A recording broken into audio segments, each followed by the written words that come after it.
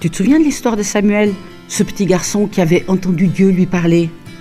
Eh bien, Samuel est devenu vieux. Pendant toutes les années de sa vie, il s'est occupé des gens, il a réglé des conflits, il a dirigé le peuple, et toujours Dieu a continué de lui parler. Mais maintenant, franchement, il est fatigué. Alors, avec l'accord de Dieu, il a décidé de choisir un roi. Le roi choisi s'appelle Saül.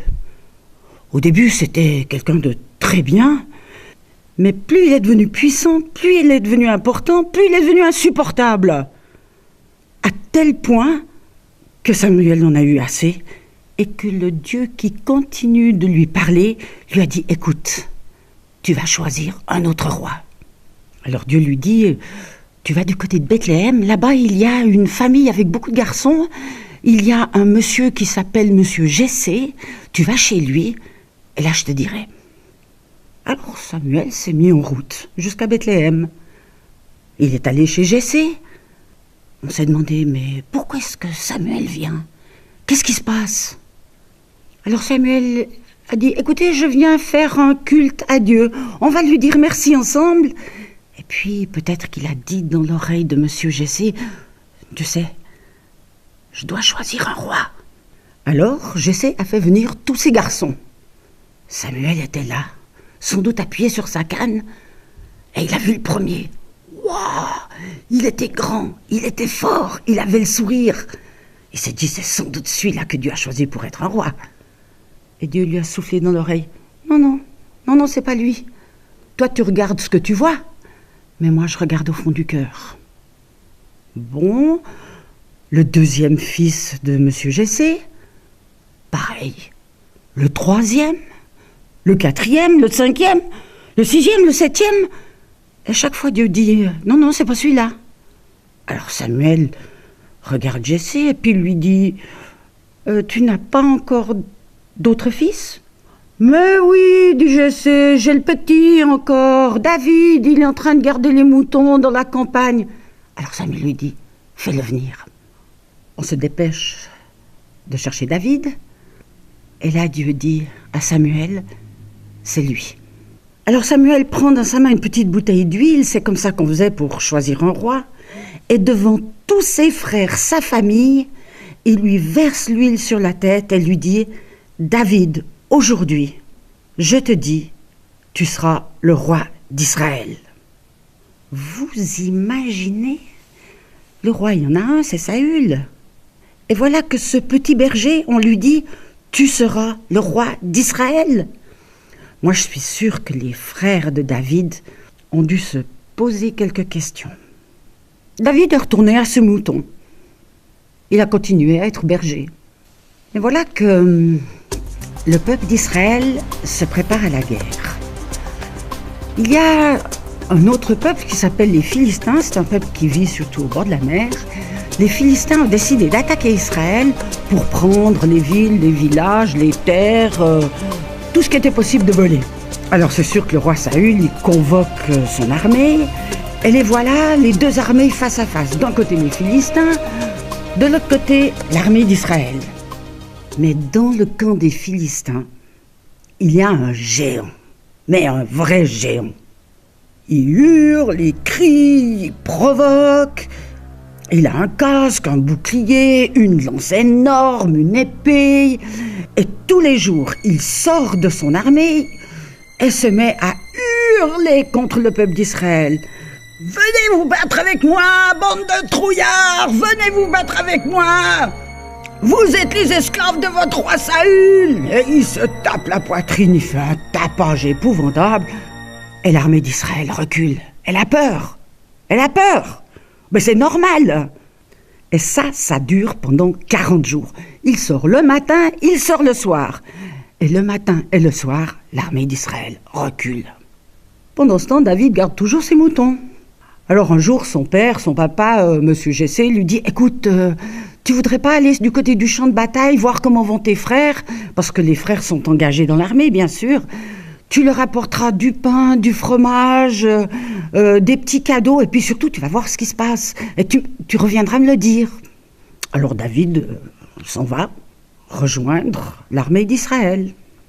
Arrivé là-bas, il assiste à la sortie du géant, qui recommence à crier « Bande de lâches, venez vous battre avec moi !» Alors il se renseigne, il dit « C'est qui ?» Alors on lui dit « Mais écoute, c'est Goliath, le géant Goliath. » Mais qu'est-ce qu'il fait? Pourquoi il crie comme ça? Eh ben il veut tous nous massacrer. Et tout le monde a peur. Alors David, il se renseigne, il pose des questions à droite, à gauche. Comment? Il n'y a personne qui peut aller le combattre. Puis son frère lui dit écoute David, maintenant tu arrêtes de poser des questions, ça suffit. Tu es un petit orgueilleux. Tu vas s'il te plaît rentrer à la maison et puis nous laisser nous battre nous-mêmes. Hein.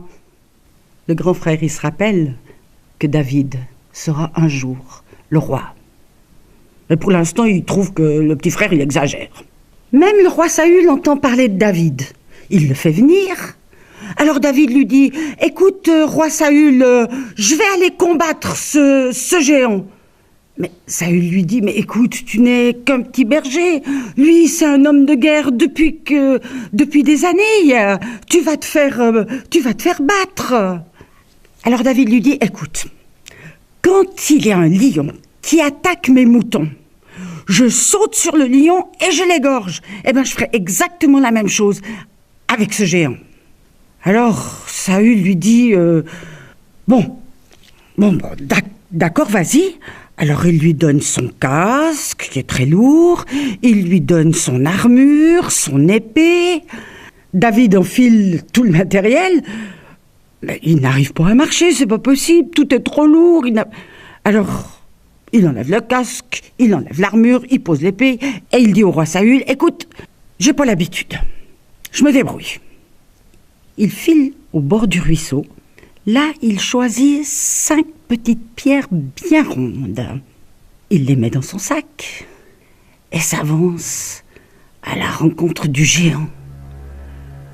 Quand Goliath le voit, il se met à rire et à crier « Qu'est-ce que c'est que ce petit moustique qui vient se combattre avec moi? Je vais te tuer et tous les oiseaux du ciel vont venir te manger !» Alors David répond « Ouais, toi tu viens avec une épée, avec une lance, avec un bouclier, avec un casque. Eh ben moi, je viens au nom du Dieu d'Israël et il n'a pas besoin d'épée pour gagner. » Alors David prend sa petite pierre, la met dans sa fronde, tourne la fronde et hop, schlatch, avec la pierre qui s'enfonce dans le front de Goliath. Goliath tombe par terre et David court vers lui, attrape son épée et lui coupe la tête. Quand les Philistins ont vu que leur champion était tombé, ils se sont mis à courir dans tous les sens, à partir à toute vitesse. Et l'armée du peuple d'Israël a commencé à leur courir après et à les battre à plate couture. Et voilà, David, grâce au Dieu d'Israël, il a gagné. La fête qu'ils ont fait. Après, on a passé dans les villages avec David et sur les épaules et tout le monde est sorti pour l'applaudir. On a même inventé une chanson qui disait « Le roi Saül, il a battu 1000 ennemis, mais David en a battu 10 000, hurrah, hurrah !» Et on continue à chanter la chanson « Le roi Saül a battu 1000 ennemis et David 10 000 !» Et Saül, le roi, a entendu la chanson et ça l'a mis fort en colère. Et vous savez ce qu'il a dit? Avec un peu de chance, ils vont encore le faire roi. Ce qu'il ne savait pas, Saül, c'est que justement David deviendrait le grand roi d'Israël.